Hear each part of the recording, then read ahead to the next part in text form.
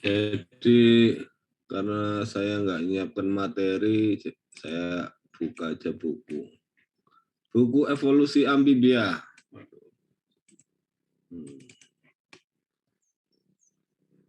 Covernya ini. Evolusi Amfibia. Pengarangnya dosen biologi.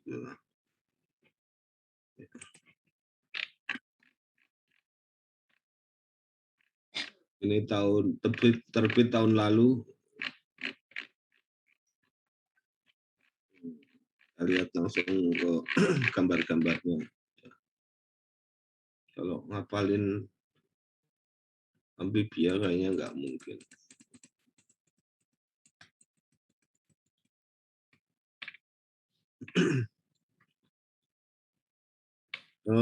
Jadi amfibia ada 3. Terus yang bisa kita temui yang paling gampang adalah salamander sama katak atau anura. Jadi ada satu itu salamander, tubuhnya mirip kadal. Terus kalau amfibia yang anura itu tulangnya seperti ini. Tapi jarang sekali orang itu meneliti tentang sistem pertulangannya. Padahal kalau meneliti tulang itu menurut saya paling gampang. Jadi bawa kodok, tinggal ke rumah sakit itu, mau ronsen gitu. Terus keluarlah katak gitu. Ini Pak yang mau ronsen itu. Terus difoto, terus dibuat perbandingannya.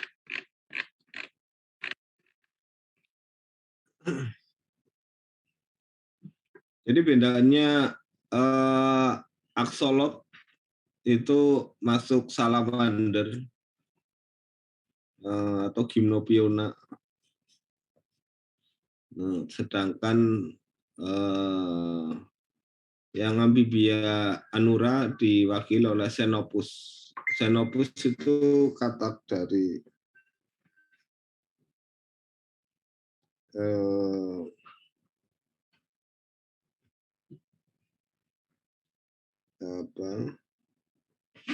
katak dari Afrika. Mungkin pertengahan tahun ini saya pengen lihat Xenopus lagi ke Jepang. Barangkali ada yang mau ikut di sini.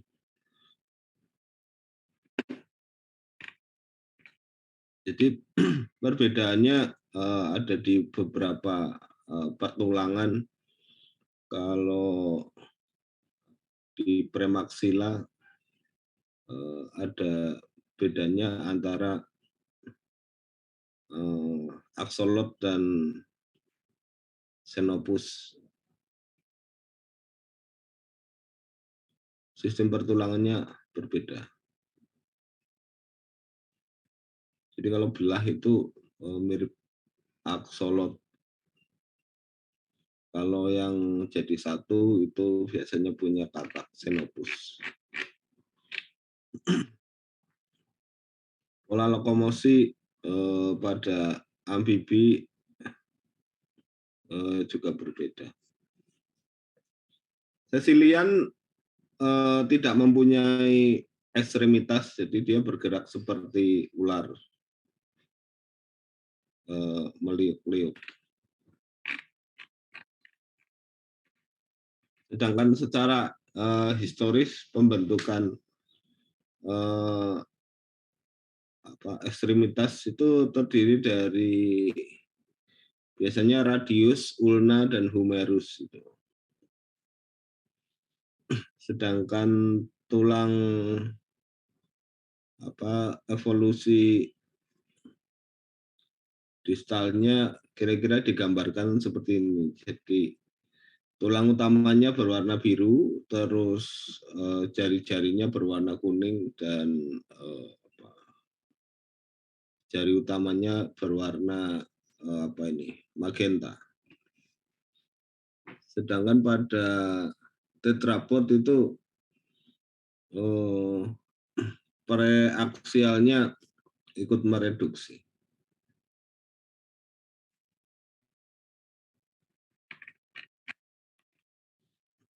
Ini secara umum pembentukan tulangnya dibedakan di tulang pelvis dari anura, urodela, dan triadobatragus. Sebenarnya ada triadobatragus itu masih kerabatnya anura. Jadi antara salamander dan anura itu ada peralihannya, tapi sudah punah. Jadi tanda salib itu menunjukkan sudah almarhum. Ya, hari ini kita mau ngelayat ke Blitar, mertuanya Pak Bagio atau ibunya Mbak Nani meninggal dunia.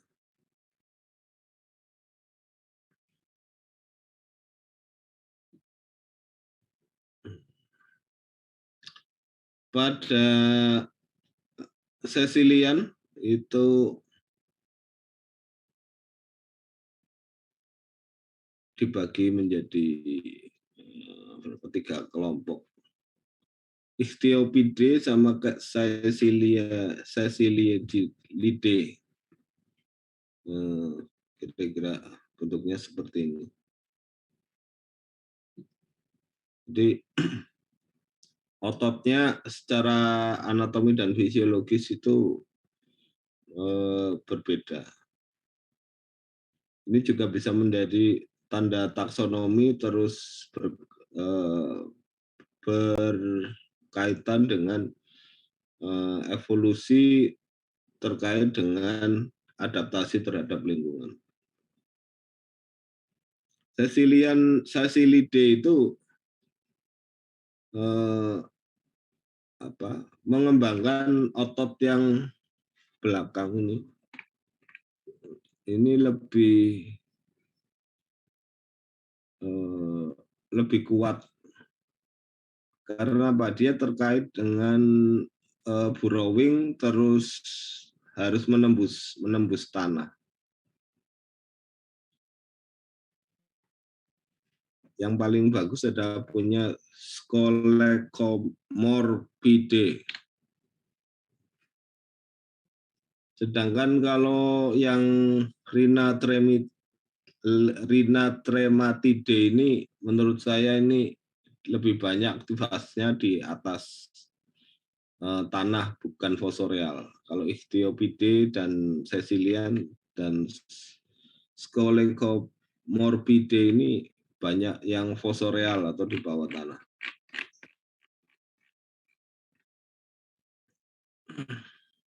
Nah, yang menarik itu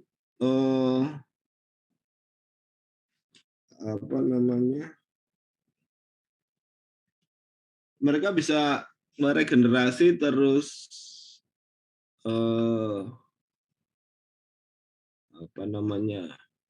menyembuhkan sendiri. Jadi memiliki pola regenerasi yang sama. Jadi kalau dipotong bisa balik lagi. Jadi di Institute for Amphibian Biology itu ditemukan satu metabolit sekunder itu. Jadi kalau organ-organ atau sel yang sudah terdiferensiasi menurut organ dan jaringannya, kalau dikasih metabolit sekunder dari katak itu dia akan menjadi sel yang netral. Terus kemudian dia akan bisa membentuk jaringan yang seperti ini. Jadi mungkin kita dari luarnya itu hanya bisa melihat dari luarnya saja, ada regenerasi. Padahal dari metabolismenya itu selnya dirubah menjadi sel netral dulu, terus nanti mengikuti kode instruksi dari tubuh, dia akan membentuk jaringan apa. Jadi kalau ekor yang dipotong, dia akan jadi jaringan ekor. Kalau tangan yang dipotong, dia akan menjadi jaringan tangan seperti yang digambar ini. Bisa nggak itu diaplikasikan ke mamalia? Ini masih dalam tahap percobaan. Ada yang satu unit Amphibian Research Center Hiroshima University mempelajari penelitian-penelitian seperti ini. Di lab ini pernah dibuat itu katak berbata 8 itu. Tapi yang fungsional bisa berkedip itu cuma 2. Lainnya cuma melek aja, nggak pernah berkedip.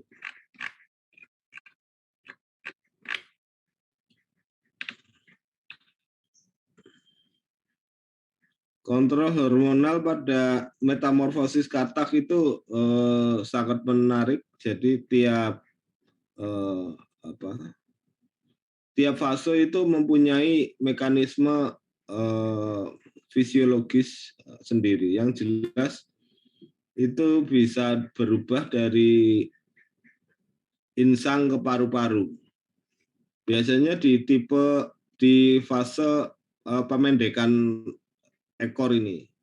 Jadi insang berubah menjadi paru-paru itu menurut saya waktunya antara 1 sampai 5 hari, tergantung jenis amfibiannya. Dan pada saat ini kataknya harus diam. Kalau jatuh ke air dia mati. Terus kalau dimakan predator itu dia diam aja, tidak itu. Karena ada proses fisiologis yang penting. Gitu. Jadi kalau dia gerak-gerak nanti pembentukan paru-parunya tidak bagus. Jadi kalau kepasrahan yang luar biasa itu ada pada percil. Makanya penurunan populasi katak itu banyak di fase yang kritis ini. Mungkin telurnya banyak, tapi bisa melewati fase yang kritis ini itu sangat jarang terjadi.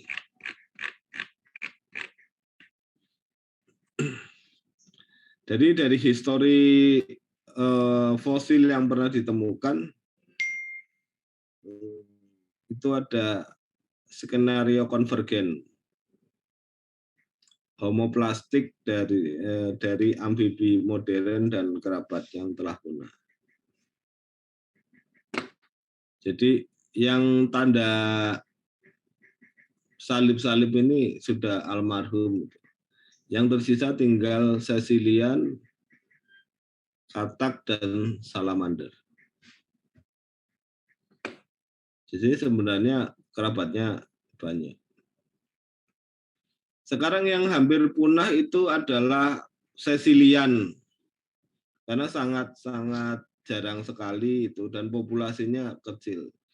Jadi dia bisa menjadi indikator dia harus hidup di tanah yang gembur, terus banyak mikrofauna tanahnya, banyak cacingnya gitu. Jadi bisa jadi indikator yang luar biasa. Kalau dia makanannya nggak tersuplai walaupun ada cacing dan itu berarti populasi dari mikrofauna tanahnya sedikit.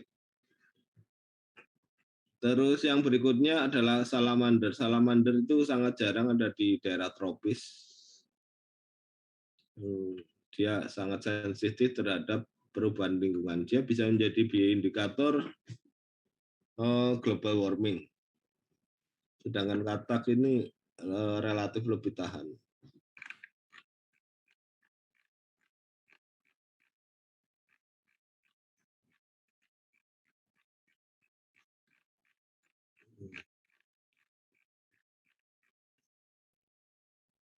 Studi paleontologi. Ini adalah spesimen Polyadogaster pisciformis tetrapod dari Eropa. Ini merupakan satu jenis amfibian yang pernah ada dan menjadi referen kekerabatan dari Anura.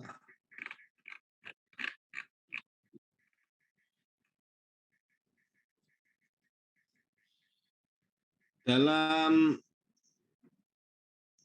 mata kuliah evolusi itu yang paling penting adalah pembagian ini. Jadi kita harus hafal zaman, entah ini diisi hewan-hewan atau tumbuhan yang ada di dalamnya.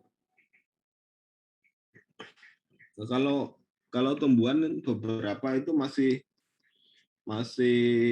ada sampai sekarang dari era Paleozoik. Jadi kalau menurut cerita para ahli evolusi, ikan adalah yang pertama kali muncul, terus kemudian amfibi, dinosaurus punah, dan semuanya baru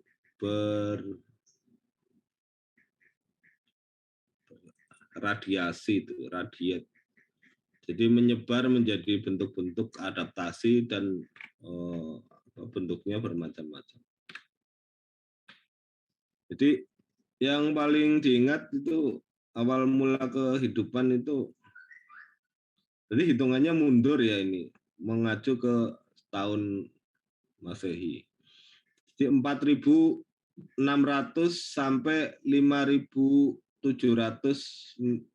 juta tahun yang lalu. Itu Prekambrian. 570 sampai 245 miliar tahun yang lalu Paleozoik. Kemudian 245 sampai 65 juta tahun lalu Mesozoik. Nah, yang terakhir itu zaman Cenozoik itu 65 sampai sekarang. Itu aja dibagi menjadi beberapa kriteria: Paleosen, Eosen, Oligosen, Miosen, Pliosen. Yang terakhir Pliosen dan Holosen. Nah, kalau Indonesia itu termasuk pembentukan pulau-pulau yang di zaman Cenozoik ya. Jadi kalau di Mesozoik sama Paleozoik itu kira-kira kita kepulauannya beberapa itu belum muncul. Jadi Indochina yang baru muncul duluan.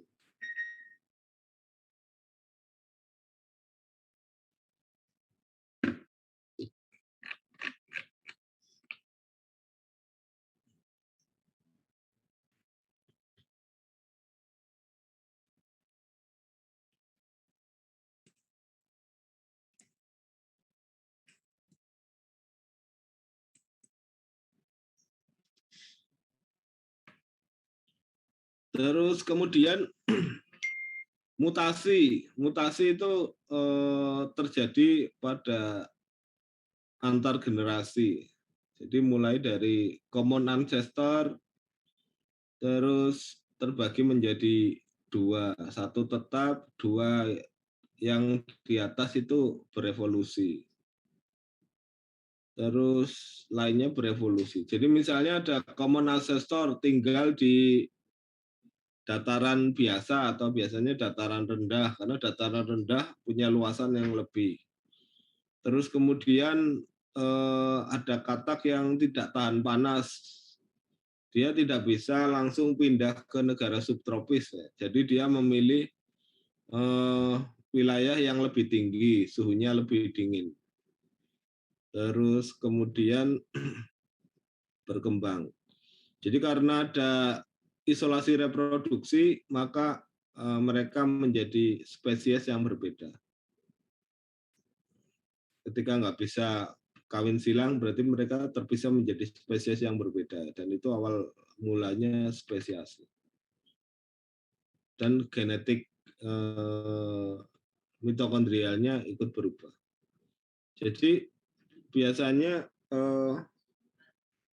kalau di level perbedaan DNA mitokondria 16S 10-15% itu sudah menandakan beda spesies. Kita tidak mengamati lamanya atau sejak kapan, tapi mutasi genetik itu bisa diketahui tiap berapa juta tahun yang lalu itu bisa. Jadi bisa ditelusuri kira-kira mereka berpisahnya menjadi spesies yang berbeda itu mulai kapan itu bisa. Namanya divergence time atau apa namanya? Ya waktu spesiasi.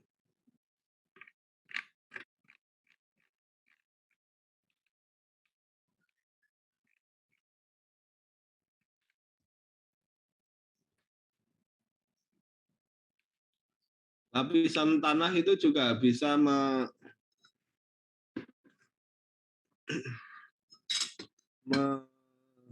mengandung mengandung fosil-fosil yang berbeda sesuai dengan zamannya. Jadi lapisan tanah juga bisa mengekspresikan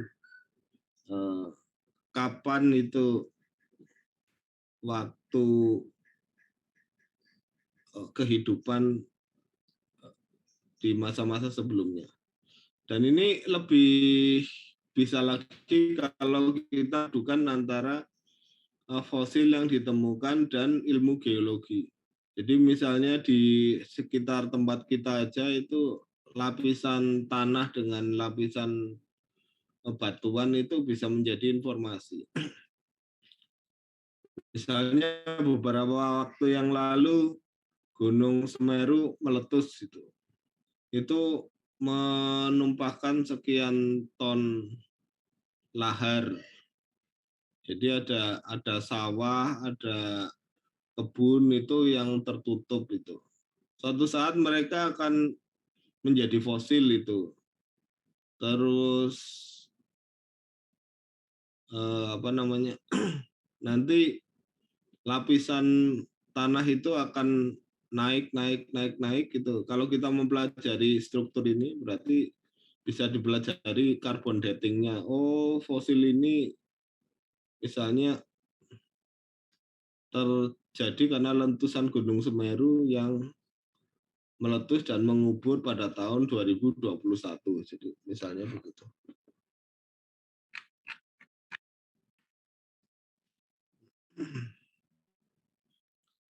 Rekonstruksi ekosistem itu juga ikut mempengaruhi apa namanya hewan-hewan yang ada di atasnya. Jadi biasanya kalau menemukan tumbuhan itu tumbuhan tertentu dengan spesies tertentu juga menjadi habitat dari hewan tertentu sehingga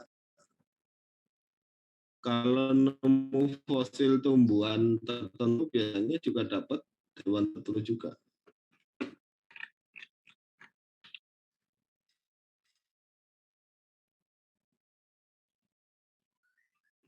Ini adalah rekonstruksi makanan. Contoh sederhananya adalah komodo itu. Komodo apakah itu kadal paling besar? Tidak.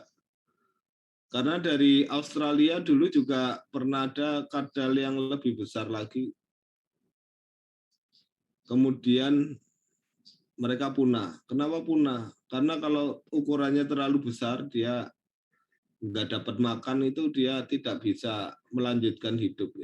Jadi makannya banyak, terus butuh support energi yang tidak. Jadi mereka melakukan miniaturization, memperkecil ukuran tubuh supaya mendapatkan tekanan lingkungan yang lebih kecil dan makanan yang lebih sedikit, jadi bisa lebih survive. Jadi strategi evolusi bagi beberapa hewan itu tadinya yang anaknya satu dia memperkecil dirinya, terus anaknya dibuat empat.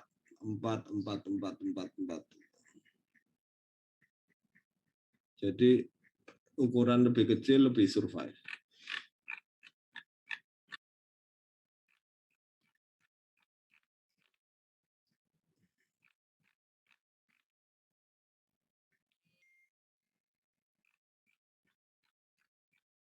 Mas ini ada pertanyaan?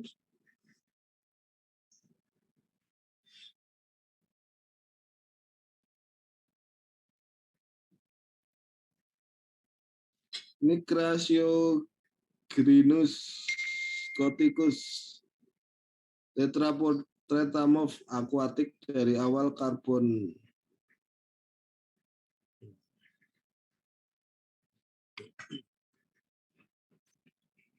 Jadi ini bentuk tulang yang ditemukan, terus direkonstruksi kira-kira bentuknya seperti ini.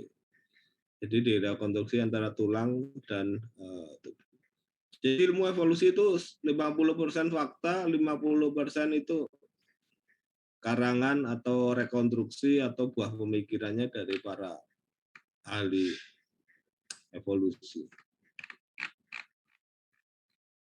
Kenapa tetap diajarkan? Karena beberapa ulama termasuk Iran itu dia tetap mengajarkan evolusi karena tujuannya adalah agar orang Islam itu bisa mempelajari kebesaran Allah, terus bisa menjelaskan fenomena biologi dan rekonstruksi kehidupan di masa lalu melalui fosil. Kalau tidak ada fosil, tidak ada pelajaran evolusi. Kalau ada fosil, tidak ada pelajaran evolusi. Nanti ahli agama itu bilang hoak, tahayul. Terus kalau ada fenomena seperti ini tidak bisa menjelaskan dengan baik.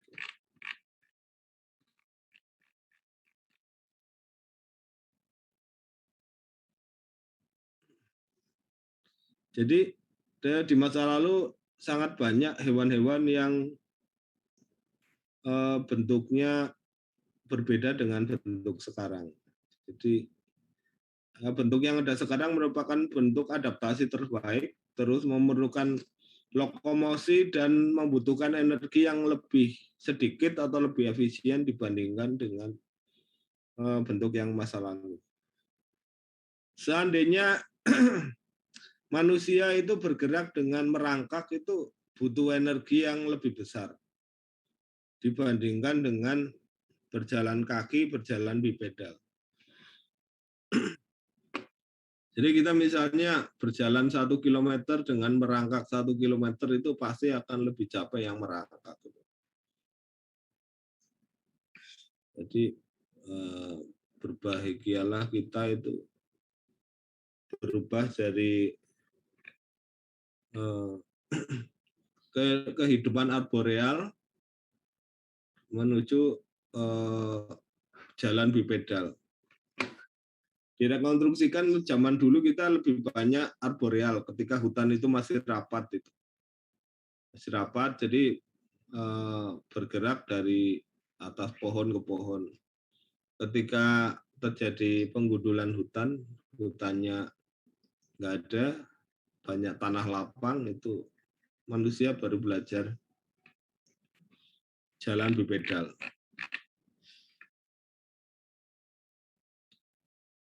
Fosil amfibian yang paling terkenal itu adalah kerangka Diplocaulus. Jadi bentuk kepala segitiga ini. Ini banyak bentuk kepala segitiga. Termasuk di Museum Natural History London itu ada fosil amfibia yang dikemas sangat menarik itu. Jadi itu fosil amfibian yang paling berharga yang ditemukan di muka bumi.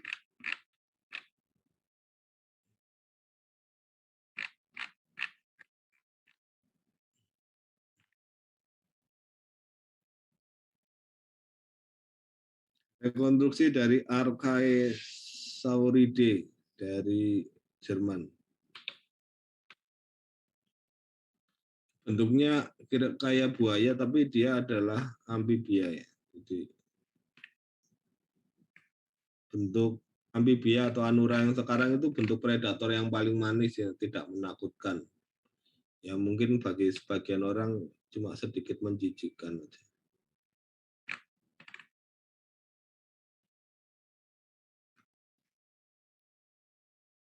Ini contoh Gerobatrachus dari Texas. Fosil-fosil yang menarik biasanya diperoleh dari daratan yang luas atau satu benua. Kalau di kita itu mungkin sangat jarang karena kepulauan kecil. Sampai sini ada pertanyaan?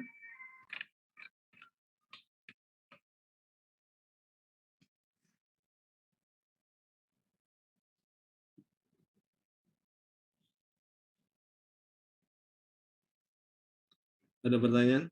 Enggak ada.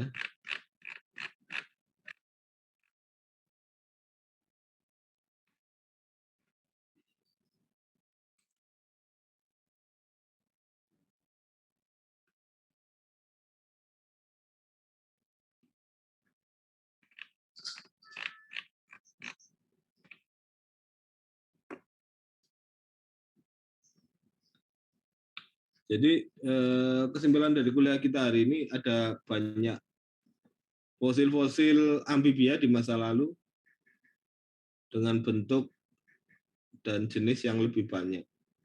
Amfibia merupakan hewan yang paling rentan terhadap perubahan iklim. Jadi sekarang tinggal 3 kelompok amfibian itu, Caecilian, Salamander, dan Anura. Caecilian itu sudah sangat terancam punah, itu jumlahnya sedikit. Kita jarang, saya belum pernah ketemu dalam kondisi hidup, selalu sudah ketemu dalam kondisi mati, Caecilian. Sepanjang saya eksplorasi Jawa, Sumatera, Kalimantan, belum pernah bertemu Caecilian. Jadi kalau kalian bisa menemukannya itu suatu keberuntungan yang luar biasa.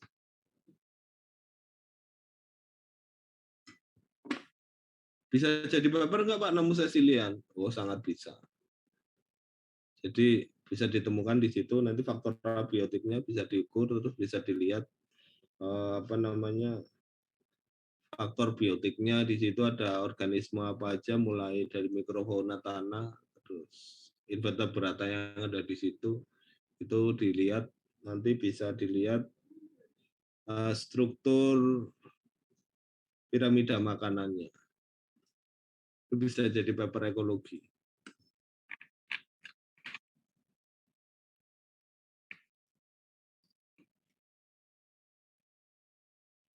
Kinglong, Triton, Ganganensis.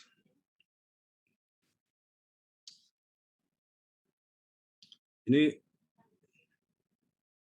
dari Cina ini.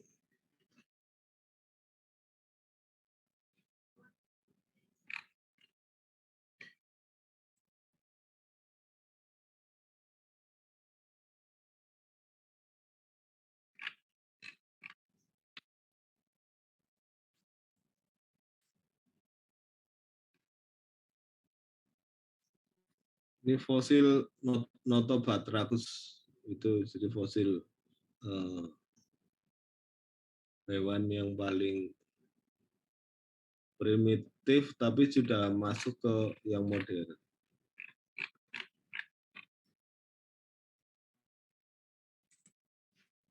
Oke, ada pertanyaan?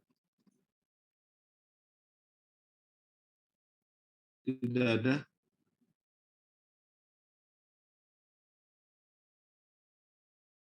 Yudhistira Ibrahim sudah hafal berapa juz? Belum ada niatan, Pak. Waduh, niat aja belum ada, gawat itu. Oke, saya rasa sudah cukup ya. Saya mau ngelayat itu, kalau ada yang mau jalan-jalan ke Blitar, habis ngelayat juga nggak apa-apa. Di rumahnya mertuanya Pak Bagio. Kalau ada yang penelitian di mikro itu harus wajib hadir, itu ibunya Bu Nani meninggal. Saya mohon maaf tidak mempersiapkan kuliah dengan baik, ini baru tahu dari Nora ini. Kalau hari ini saya harus ngajar. Untung saya punya buku tentang amfibia. Oke, saya akhiri sekian. Terima kasih. Wassalamualaikum warahmatullahi wabarakatuh. Waalaikumsalam.